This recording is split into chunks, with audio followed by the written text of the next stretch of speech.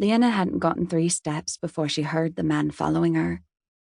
He set her on edge, reminded her, as no one else could, that she was alone, likely never to know the touch of a man. "Hold up, Leana," he said as he hurried to catch up. She didn't slow her steps. Every time she looked at him, she wanted to wrap her arms around him and beg him to lie atop her once more so she could feel his weight again. It should be wrong for a man's body to feel so good atop her. "I think you freed me," he said. She glanced at him. Perhaps. Make use of it and find your friends.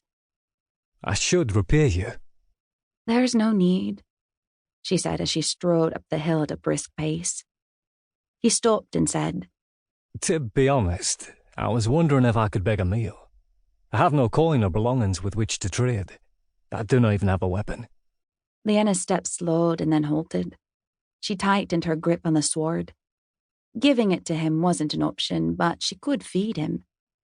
She turned to face him. "I don't even know your name." "Morcant Banner, lass," he said with a bright smile. She knew with such a sexy, rakish smile like his that there were few women who had refused him anything. "Well, Morcant, you have a grand adventure ahead of you. I can't in good conscience send you on your way without a meal." "That's very kind of you," he said and closed the distance between them. He reached for the sword. "Let me help you carry that."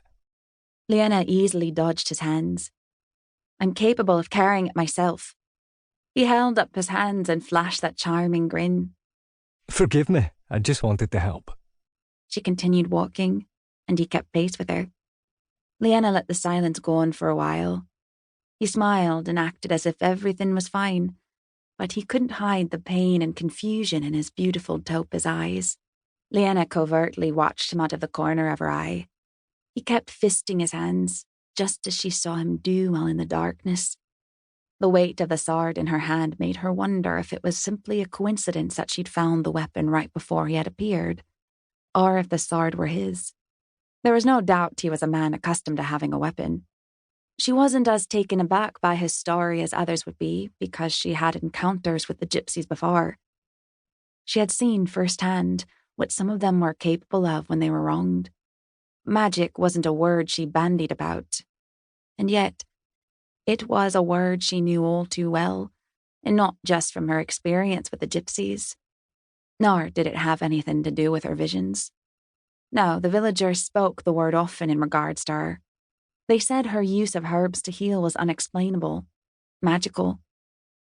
Perhaps it was magic that helped her know which herbs to use for what. She didn't know or care. Morcant was an oddity, much like herself. Is that why she felt the need to help him? Or was it because she found him all too appealing? "Did you eat while in the darkness?"